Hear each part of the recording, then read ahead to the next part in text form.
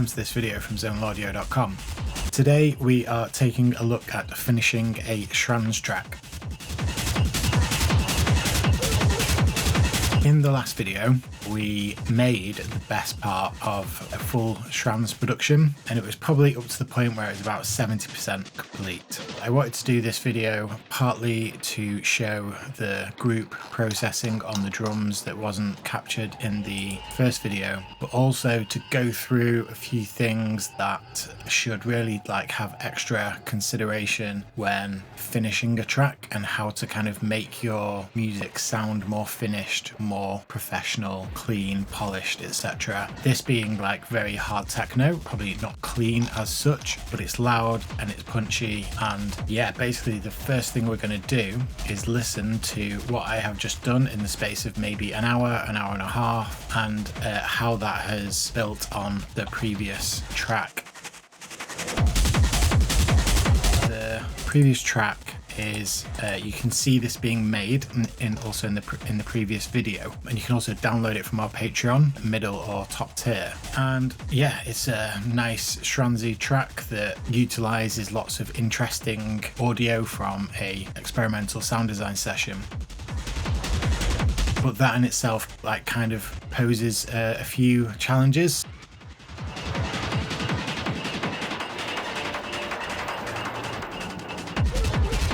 We'll take a listen to how it was and then how it is now. So this is the version, so if you are kind of following on with the videos, this is the version as it was when it was finished pretty much. There was a few extra things that were done, and this is in my session. So this was bounced out with a limiter on. So it's not mastered as such. You could say it's self-mastered. It's got a limiter to bring it up to 0. And I have got it in my session, and instead of audio to main, I've got audio to external out 1 and 2, which is essentially my speakers or my headphones. What it essentially means is it is bypassing the main, which has my limiter on for my actual production that I'm working on. So here we go.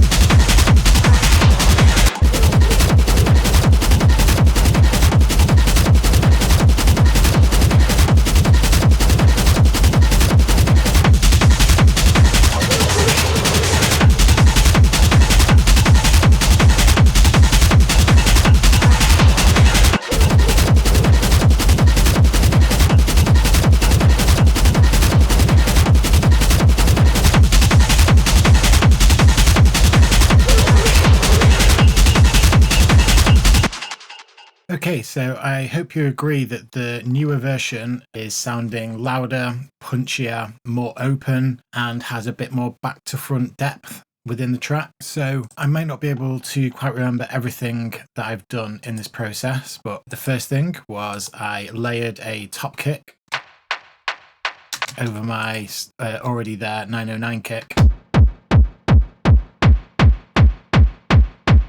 I also had a play around with the the release times of the kick, the rev kick and the roll independently, to really try and get those elements working together.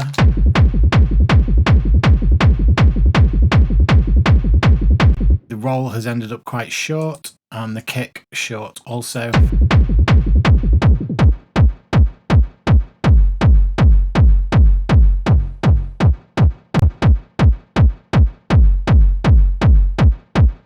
So there's a lot of low fundamental that we're leaving out of the kick there. There's so many other things going on in that space, especially this bass sound here.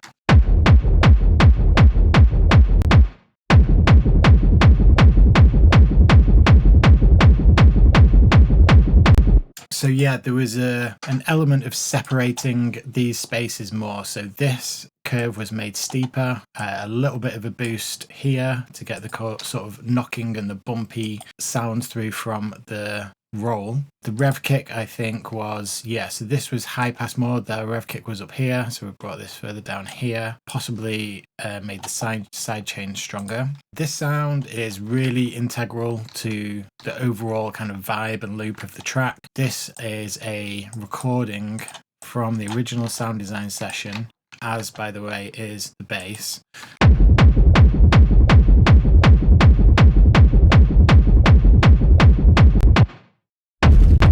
So with no processing.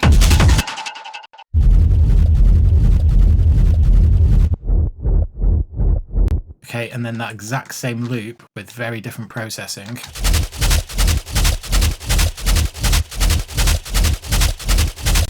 And yeah, this, we have already the chop and chain helping the dynamics, giving it a 16th cut and a kind of side chain, a pseudo side chain. And then I have extended on this. It's not doing a great deal, but it does just make it a bit more choppier.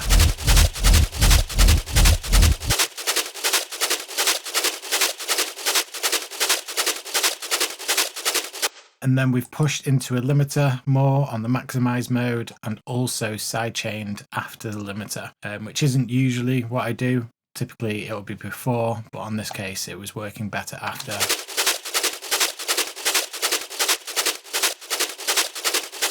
Cool, and then these two loops were added.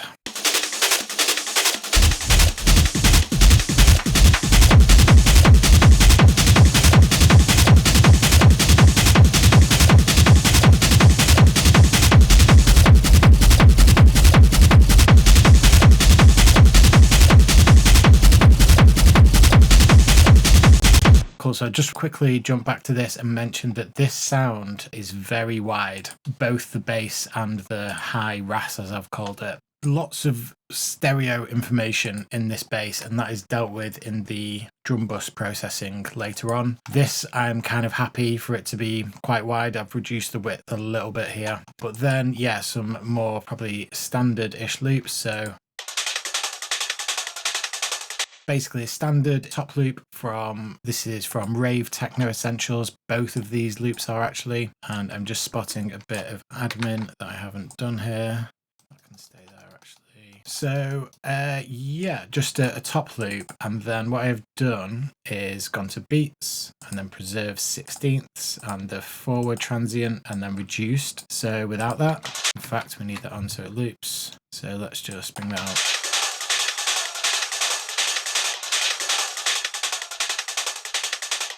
Okay, so it makes it nice and choppy, and then the break loop is actually a longer loop that I've just grabbed a tiny bit of,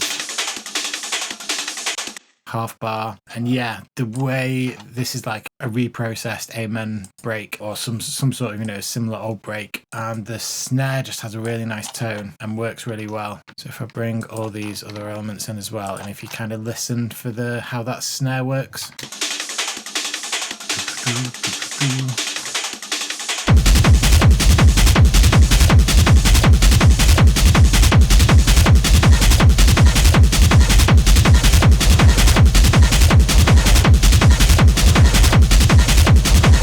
Cool, so these bits were already in. I haven't done much to those at all. Yep, and everything else is just as it was from there in the drums. So let's take a look at the drum processing chain. So just to mention, we have a rack that is 2 auto filters. This is for automation for breakdowns. And then we have a few more interesting ones later on, which are for choppy, Schranzy DJ style effects. This one unused, we can get rid of. Okay, so these are actually better off going to be pre-processing chain. We will decide where, I think, in fact, yeah, I think we'll drop them just before the limiter, so that if they do add any gain, they'll push into the limiter, but it's probably worth just double checking that later on as well. Again, to kind of make the point of just, you know, the extra mile you need to go to get your tracks really finished. So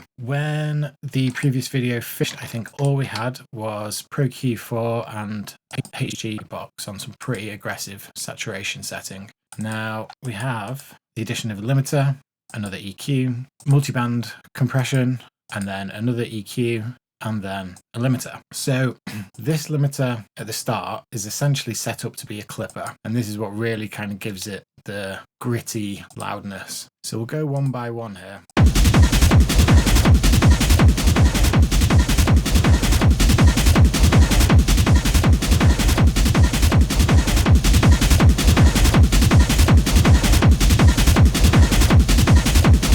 Okay, so a ceiling of 10, which is where the drums are mixed to roughly, a fast release, input gain of 2, and that is getting us an occasional bit of gain reduction of around 1 dB, and it's on the soft clip mode. And as you can probably tell when I was turning it on and off, it just got that little bit louder, a little bit more punchy, and there was no real audible distortion. So yeah, just kind of starting with clipping essentially, and then this EQ was already in. This is significant for the roll.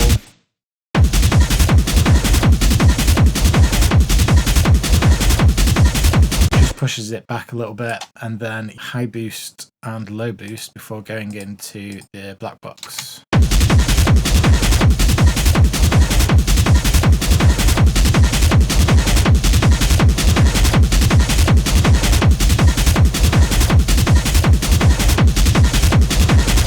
Yeah, this really scrunches up the sound. It's a very aggressive setting. You could go 50-50 mix with this, or just pull back on some of the processes if you want. But yeah, I personally like the way it kind of scrunches up the lows, and it also dulls out the tops a little bit. So this is adjusted later on if we do a bit of a boost here, but there is a high shelf on here kind of because of that. So we could...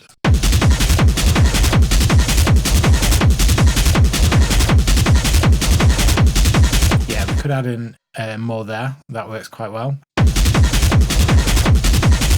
Okay, and then this is dynamic EQ, just controlling the lows. So it's a boost, but then dynamically brought down back to 0. So this will give the bass a little bit more warmth, but without overpowering it. The Pro MB is doing quite a similar thing, but it'll be grabbing hold of that. And in fact, the ratio isn't just standard here. We've gone it to 8 instead of 4 and increased the release. And then this is actually expansion. So like I said, with the saturation kind of taking away the highs a little bit, this puts a little bit of highs and mids back into the mix.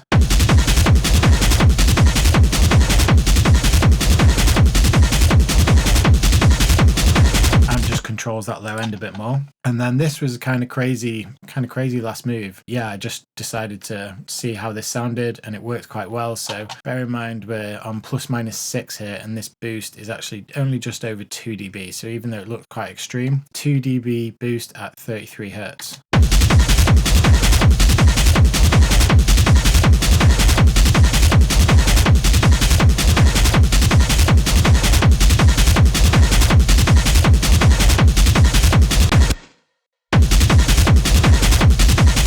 We have that mud cut cleaning it up a little bit. I'm gonna let that go a little bit higher, and then a high shelf again to put those highs back in. Just also to note, this is on linear phase mode, so this basically means that the interference with the low end that an EQ can give is going to be minimized by putting it in linear phase. It's not to say this is right or wrong. Try the different types, have a read through the little help there. Yeah, it's if you use Pro Q3, it's worth trying the different phase modes when you're dealing with low end to see what works better. Often linear phase or natural phase will work better. So these are our choppy effects, and then we're just going into a limiter. So -9 dB is the output, and if you think about the kind of top down production aiming for -6 dB, if our drums are at -9 for this kind of style, that gives us another kind of 3 dB to work with for our synths. So yeah, good level, and then we are adding another dB of gain with the actual gain setting. Punchy is the style, the release is quite fast. True peak we can try with and without, and oversampling of 4, probably turn that higher when actually rendering the track out for the pre-master.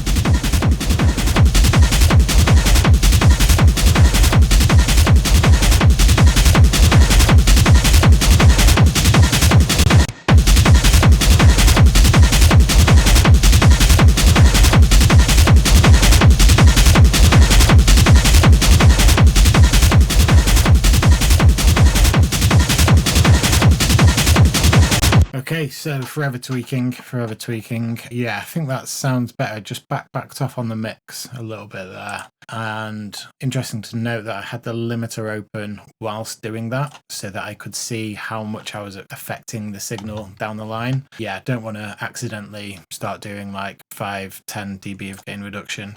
So yeah, that's quite an elaborate group processing chain, but as you can hear, makes a significant difference to the overall vibe and sound of the track. So that's really like the backbone. We've got one ride in and one ride out. That's kind of explained in the previous video. Quite a lot of automation here as well. It's mainly 3 lanes of automation. With the effects, you can consider this synths for most tracks as well. It's kind of a dark kind of new style dystopian feeling Schranz track, mainly about these weird dark effects. And yeah, some of them are really cool. We've got this one that is just looping round and round and round.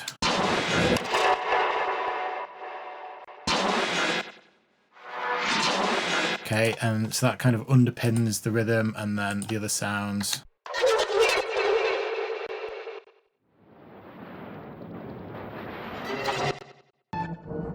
Okay, so all kinds of weird and wonderful sounds.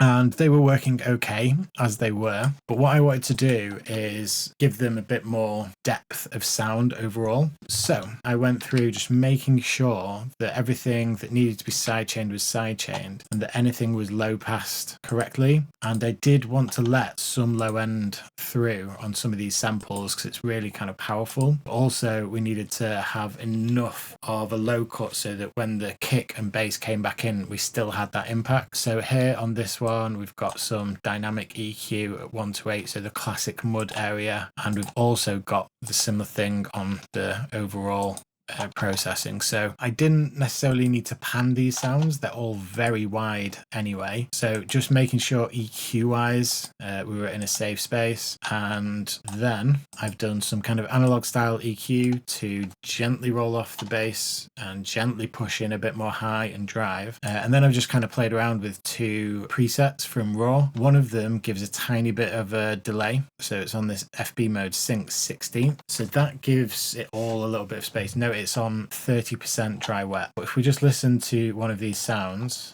without that and then with,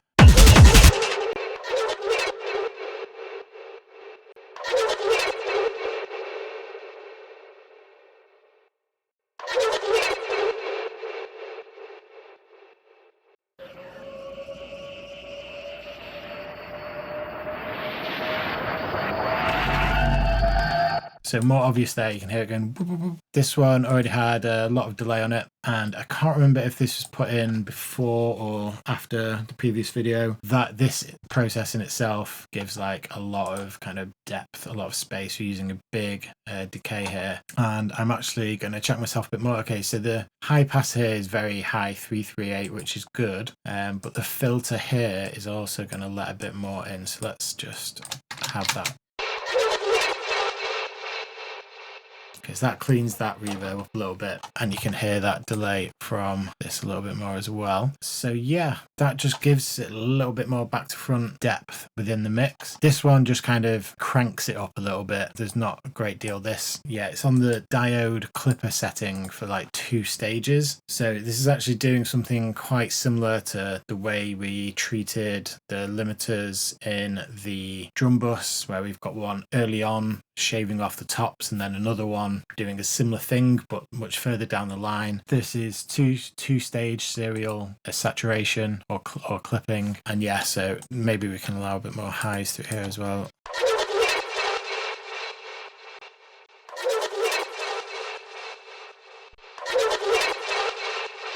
So it does add a little bit of gain, even though it's on 35% wet, but the gain that we're getting around here is no problem. Like I said, if we had the drums at -9, that gives us kind of 3 dB room, and I've kind of figured out that 3 dB can be taken up by synths that are at -14. So I've got a limiter, set it to -14. We'll do auto release for this, and we'll go on soft clip or true. Let's go true peak for this, and yeah, just 1 dB of input gain. So we can hear now all these effects together.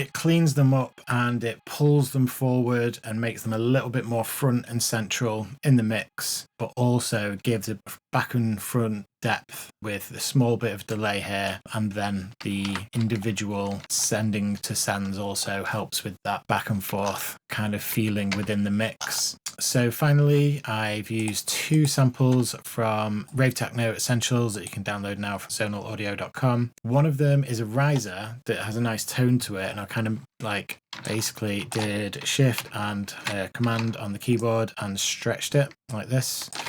Not a huge amount, by about a third. And so instead of the riser kind of whipping at the end, I've got it fading out. And this section just kind of needed filling up a little bit. And then I've used a Vox loop. So I mentioned kind of I wanted a Vox loop initially, and one of the sounds kind of just happened to turn into a Vox, so like a vocal sounding hit, which worked quite well. But I just kind of wanted that extra, I guess, human feeling, human relatable sound in there. But it is washed out significantly. So this is a rack that I built ages ago. I'm going to put a lot of these together at some point for like a techno toolkit. So go to zonalaudio.com, sign up for the newsletter. You'll be notified as soon as that is released. It's going to be really like useful kit. But anyway, yeah, so the old auto filter, and then as this macro increases, so does the high pass, the dry wet of the reverb, and the feedback of the delay and the dry wet of the delay.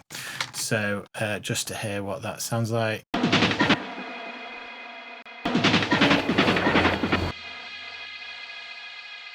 So it kind of makes it like a vocal drone, and then as it backs off, we can hear the rhythm. And I added this auto filter with a sample and hold wave on quarter notes, LFO 34. So this kind of jumps around, and that is quite interesting to happen before lots of reverb and delay.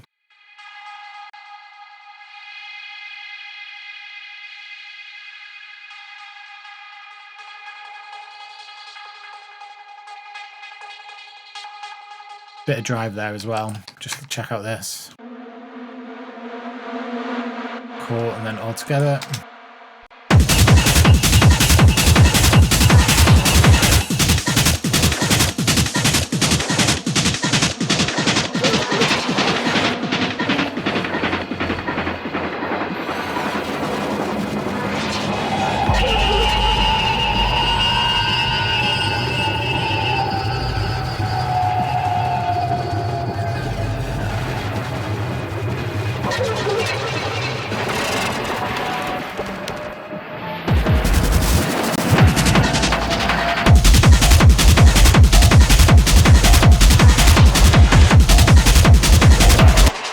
Okay, so just to test the theory of drums at -9 and effects at -14 for this style, it should be coming in around -6. So I've turned the limiter off. It's going to sound quieter, but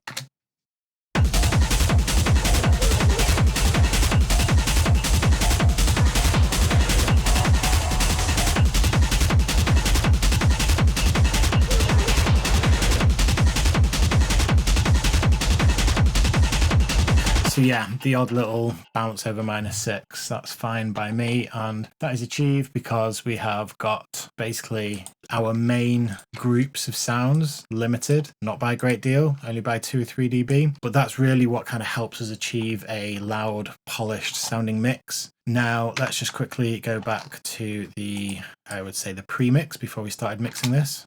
And I need to stick my limiter back on.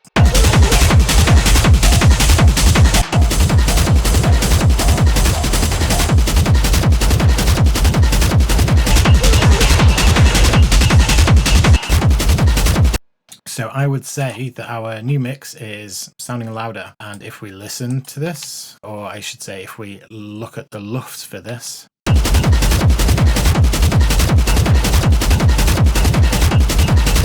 -7, 7.5. That is okay, I guess, but this is Schranz. We want it to be a lot louder. And this song originated in this exact session before mixing, and these limiter settings haven't changed. Okay, so let's see now what lufts we're getting.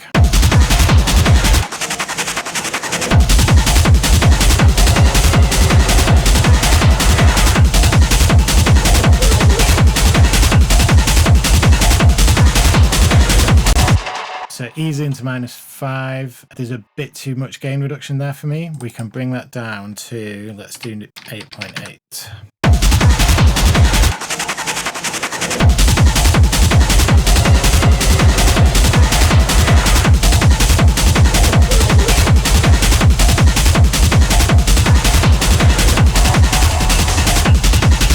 So I don't really want to see more than 3 dB gain reduction here, but even if we have it at 8, so in theory, if our mix is bouncing around -6, 8 will be around 2 dB of gain reduction. We're still getting a good loss reading.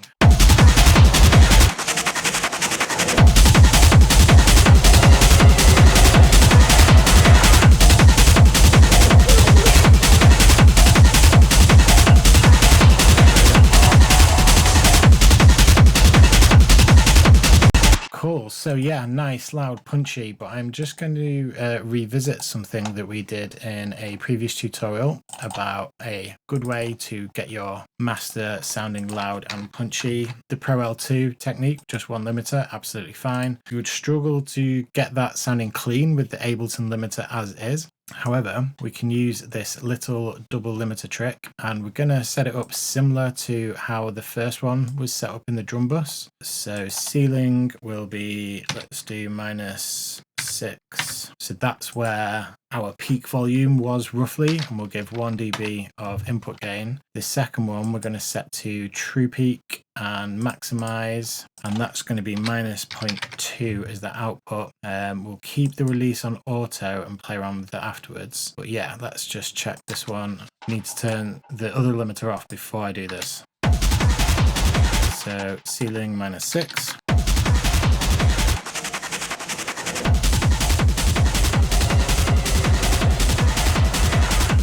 So barely any gain reduction here. I'm going to go in another 1 dB.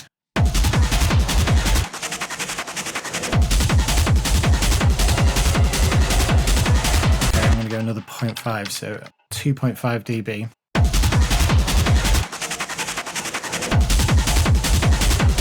Already getting it louder with very little gain reduction. And then the second one, we've got the output set to -0.2 and then maximize true peak, and we'll just bring the threshold down until we see, again, I'd say a maximum of -3 dB.